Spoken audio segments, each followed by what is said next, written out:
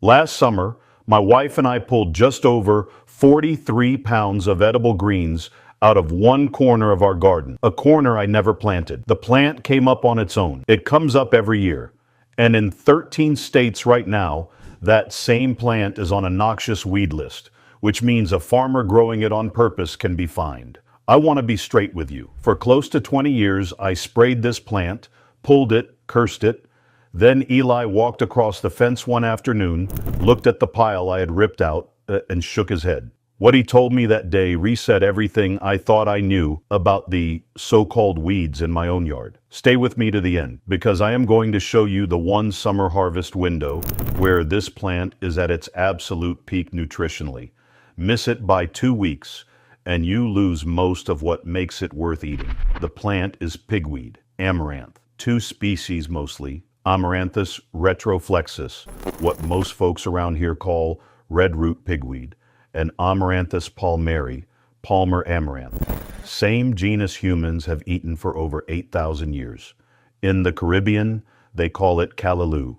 In Mexico, quelates. The Inca grew it as a grain crop and called it kiwicha. Open up a USDA seed catalog from before 1947, and you will find amaranth listed plainly as a garden green. After that, the listings disappear.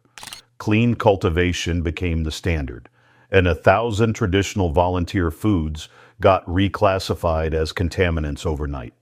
Now I want to be straight with you. The reason you and I were taught to hate this plant is not because it is bad food. It is because Palmer amaranth became a problem for the row crop herbicide industry. State agriculture departments responded by adding it to noxious weed lists. Minnesota in 2015, Iowa in 2017, Ohio in 2018. The figure that drove those listings was a documented $400 million annual yield loss to commodity row crops. Real number, real problem for industrial agriculture. Not for me, not for you, not for a backyard. But the message that filtered down to the rest of us was simple: kill it on site. And for close to 20 years, I did exactly that. I sprayed it. I yanked it. I burned the piles in the corner of the field while my wife and I drove into town and paid grocery prices for spinach that was nutritionally inferior to what I had just torched. Then one afternoon, Eli walked across the fence post, looked at the pile of green I had ripped out, and shook his head. He said, quiet, no fuss in his voice. You're throwing supper on the burn pile. Then he knelt down, snapped the tender top off one of those plants, ate it raw, and told me his grandmother used to boil this same plant in a pot with a little vinegar. She called it careless weed. Eli looked at me and said something I have thought about every season since. A weed, he told me, is just a plant whose use the current generation forgot. That sentence cracked something open in me, and I have not looked at a volunteer plant the same way since. So let me show you what this plant actually is, because the first thing I had wrong about it for 20 years was the name. We call it pigweed in this country because that is the name the herbicide catalogs picked up. Its real name is amaranth, genus Amaranthus, the same plant, the same genus that human beings have been eating as a green and grinding as a grain for more than 8,000 years. In the Caribbean, they cook it down and call it callaloo. In Mexico, they call the tender greens quelets and put them in tacos.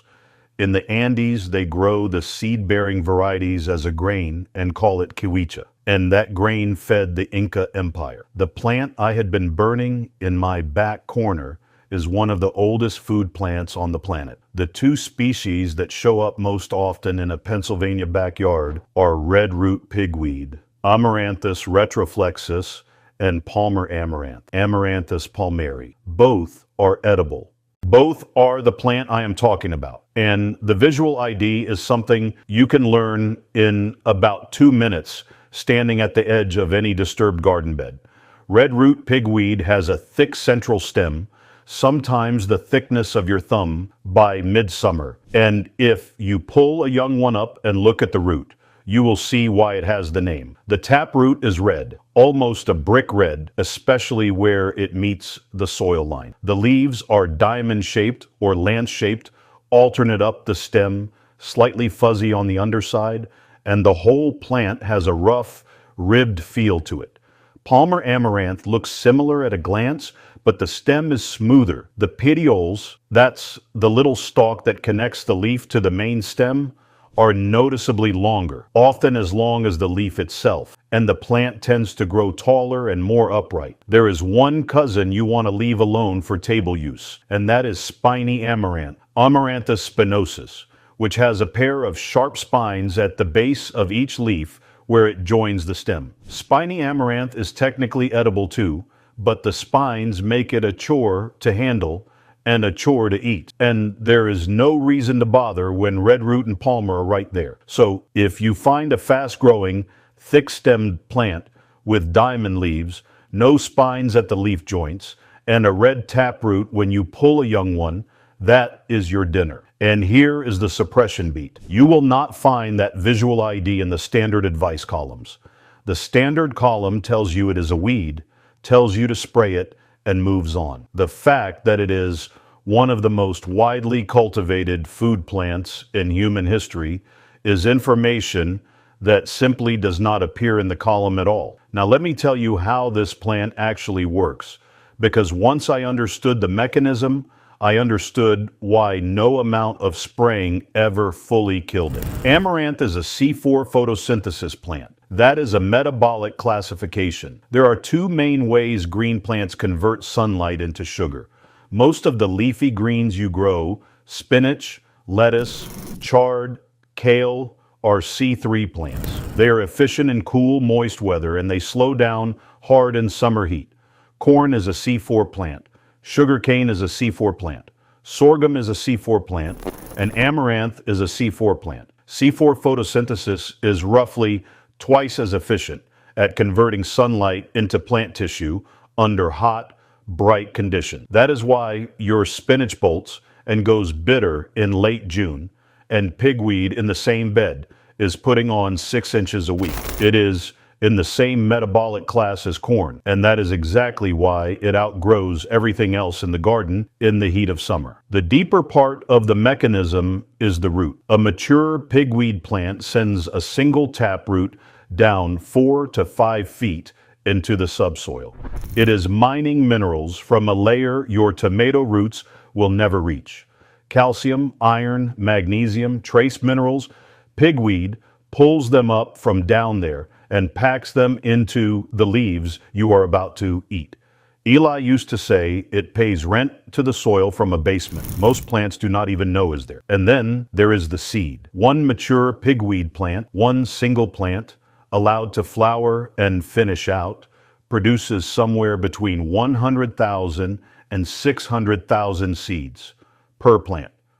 Those seeds stay viable in the soil for years, which is exactly why no agricultural authority, no herbicide program, no clean cultivation campaign has ever fully eliminated this plant. It comes back. It comes back on its own. It comes back in a vacant lot, in a sidewalk crack, in the corner of your garden where the compost spilled. And that, more than any other single fact, is why the suppression of this knowledge could never be complete. The plant kept showing up to remind anybody paying attention that something edible was right there. Which brings me to layer 3, what you can actually do with this if you stop fighting it. Last summer, my wife and I left one corner of our garden alone, roughly 8 feet by 10 feet. It was the corner where the volunteer pigweed always came up thickest, partly because that is the corner where I empty the chicken coop bedding every spring. The organic matter in that corner has gone from 1.8% up to just over 5% in 3 seasons, and pigweed loves that kind of soil. So I left it alone, and starting in late June, I treated it the way you would treat a cut-and-come-again lettuce bed. Every 5 to 7 days, I went out with a pair of garden snips, and I cut the top 6 to 8 inches off every plant. Just the tender top growth. The plants branched out sent new shoots, and gave me another harvest the following week. I weighed every cut on my digital harvest scale, the one I use for the annual tally sheet in the kitchen. From that one corner, from late June through the middle of August, my wife and I pulled 43 pounds of edible greens. 43 pounds from an 8x10 patch. I did not plant, did not water beyond the regular garden, and did not amend. Now compare that to the spinach bed. The spinach bed is 14 by 40, the standard bed dimension on this homestead, the same dimension Eli's father used. Same soil, same care, planted in the cool window. That bed gave us about 22 pounds of spinach over the same window before it bolted in the heat. 22 pounds off 560 square feet of intentional planting versus 43 pounds off 80 square feet of volunteers. That is not even close. And the nutritional density is not close either. Pound for pound, amaranth greens carry roughly 3 times the calcium of spinach, around twice the iron, and a comparable protein content, with the protein actually being more complete in its amino acid profile. Higher in vitamin A precursors, higher in vitamin C in the tender stage, and without the heavy oxalate load that limits how much spinach you should eat in a sitting. My wife dehydrates the bulk of what we cut. Crumbled dry amaranth leaves go into the winter soup base in quart jars on the pantry shelf. Last winter we had 32 quart jars of dried herbs and greens lined up on that shelf, and a real chunk of that was amaranth. Soup, stew, frittata, anywhere I would have used spinach or chard. And that is just the leaf harvest. Last fall, off that same 8x10 patch, after we let the plants finish out their seed cycle in September, I harvested 11 pounds of cleaned amaranth grain. 11 pounds. The same patch fed us twice. And that is the kind of yield, off ground, I used to spray and burn, that does not show up in any standard advice column either, because the standard advice column is still pretending the plant is a contaminant. Now, layer 4 is the part that took me the longest to come around to, and it is the part Eli was already on to 50 years ago. Pigweed is an indicator plant. Where it volunteers thickest, the soil underneath is high in organic matter and high in available nitrogen. The plant is telling you something. It is telling you that corner's fertile. Eli used to walk his garden in early summer and look at where the volunteer pigweed was densest, and he told me more than once that wherever it was thickest was where he would plant his tomatoes the following year. He was reading the plant the way other folks read a soil test. And once I started doing the same thing, my tomato yields in the rotation jumped, because I was no longer guessing where the best ground was. The pigweed had already told me. So now, every single year, I leave a deliberate 3-foot strip of pigweed at the edge of every bed in the kitchen garden, 3 feet wide, the length of the bed. I cut it for greens through July. I let part of it go to seed in September for grain. And the strip does 3 jobs at once. It feeds my family. It tells me which beds are coming into their peak fertility. And the deep tap roots break up the subsoil and pull up minerals that the next year's vegetables will pick up. The plant works for me. I do not work against the plant. And that, the idea that a so-called weed could be doing more useful work in your garden than the fertilizer you are paying for, is exactly the kind of observation that does not survive a system built around standardized inputs and clean cultivation. It is the kind of thing the standard advice column has no place to put. Now, what I have shared with you so far is a real piece of the puzzle, but it is still just one piece. Knowing which volunteers in your yard are food and which are problems is the practical extension of everything I just walked you through. And the full sorting system, alongside the day-by-day plan I learned from Eli over 30 years, lives in Chapter 11 of my book, Homestead Hank's 30-Day Amish Garden Protocol. The chapter is called Weed Control Without Chemicals. The book is $19.99 at homesteadhankbooks.com. If you are watching on your television, grab your phone and point it at the QR code on screen. If you are on a phone or a laptop, the link is in the description. Take your time pulling that up. I am not going anywhere. I will be right here when you get back. All right, let's keep going. Now here is where it gets interesting, because the suppression I am describing is not vague. It has dates and dollar figures attached to it. Palmer Amaranth developed glyphosate resistance starting around 2005 in Georgia cotton fields. The same chemical that the row crop industry had built its entire economic model around stopped working on this one plant. By the early 2010s, Palmer Amaranth was costing commodity row crop growers an estimated $400 million a year in yield losses and additional herbicide spending.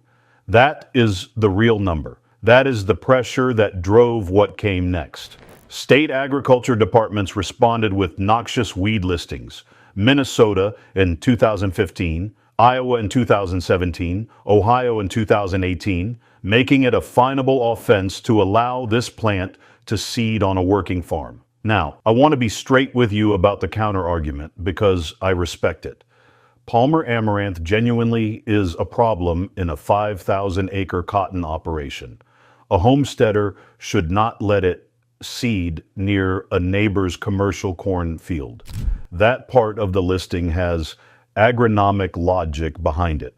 But here is what happened culturally. The home gardener absorbed the message. The home gardener heard, "Kill it on site." And the home garden volunteers, the patches in the corner of a quarter-acre kitchen plot, were never the agronomic problem. The cost of that confusion lands on you. Roughly 60 to 100 pounds of free, dense, mineral-rich greens per backyard per summer get pulled and burned. And then folks turn around and pay grocery prices for spinach that does not test as well in the lab. And the listings are only the loud part of the story. The quieter part goes back further. The 1947 USDA shift toward clean cultivation standards explicitly redefined volunteer amaranthus as a contaminant rather than a food crop. The same shift wrote off lamb's quarters, purslane, and dandelion at the same time. Eli's grandmother's generation knew the difference between a volunteer that fed you and a volunteer that fought you. My generation forgot. They made the law about a different plant in a different field. We just inherited the silence. Now, before I let you go, I owe you the harvest window I promised you at the top of this video. Miss it by 2 weeks, and you lose most of what makes this plant worth eating. Here is the window. You want the tender top 6 inches of the plant in the 14-day stretch before the central seed spike emerges. You can see it coming. The growing tip thickens. It looks heavier than the leaves around it. But it has not yet thrown the bristly green flower head. In Zone 6B, where I am, that window falls roughly the last week of June through the second week of July. Here is why the window matters so much. Inside it, the leaves test highest in protein, around 30% by dry weight, along with peak iron, calcium, vitamin A precursors, and vitamin C. Once the seed head emerges, oxalate concentration climbs, the leaves toughen, and palatable protein content drops by more than half. Same plant. 2 weeks later, half the food. Here is Hank's tactile test, and this is the thing Eli used to do without even thinking about it. Pinch the central stem at the very top, between your thumbnail and the side of your finger. If it snaps cleanly, like an asparagus spear in spring, you are inside the window. If it bends and strings, you missed it. That is the whole test. No calendar, no app, just the plant telling you where it is. And here is the layered piece. Even after the window closes for tender greens, the same plant transitions into its grain phase. I harvest the seed heads in early October by bending them over a clean cotton sheet and threshing with the back of a wooden spoon. Same patch. Greens in summer, grain in fall. 2 harvests off 1 volunteer, but only if you read the plant correctly through the season. That kind of seasonal observation is exactly what 50 years of standardized plant-by-the-calendar agriculture trained out of an entire generation. All right, before I let you go for the day, if the bonus you just heard hit you right, the read the plant, save the seed, 2 harvests off 1 patch piece, then Chapter 12 of Homestead Hank's 30-day Amish garden protocol is the one you will want to sit with. It is called Harvesting and Seed Saving. It lays out the complete seasonal harvest calendar, including how to save amaranth seed for next year's intentional patch and how Eli's seed-saving traditions worked across the whole homestead. The full 30-day, day-by-day plan is at homesteadhankbooks.com. If you are on your TV, scan the QR code on screen with your phone. If you are on a laptop or phone already, the link is in the description. Go ahead and pull that up now. I will give you a moment. This one is for the homesteaders who want to produce food at scale, not the hobby gardener with a couple of tomato pots. So, that is the story. A plant I fought for close to 20 years now feeds my family more greens than the spinach bed I worked so hard to plant, and gives me 11 pounds of fall grain besides. Now you know what they didn't standardize out of you. You do not need permission to recognize food when it grows on its own ground. And if pigweed surprised you, wait until I walk you through the next 2 volunteers the same 1947 shift tried to bury: lamb's quarters and purslane, both growing in your yard right now, both worth more than the seed packet next to them. Thanks for spending some time with me today. I will see you in the next one.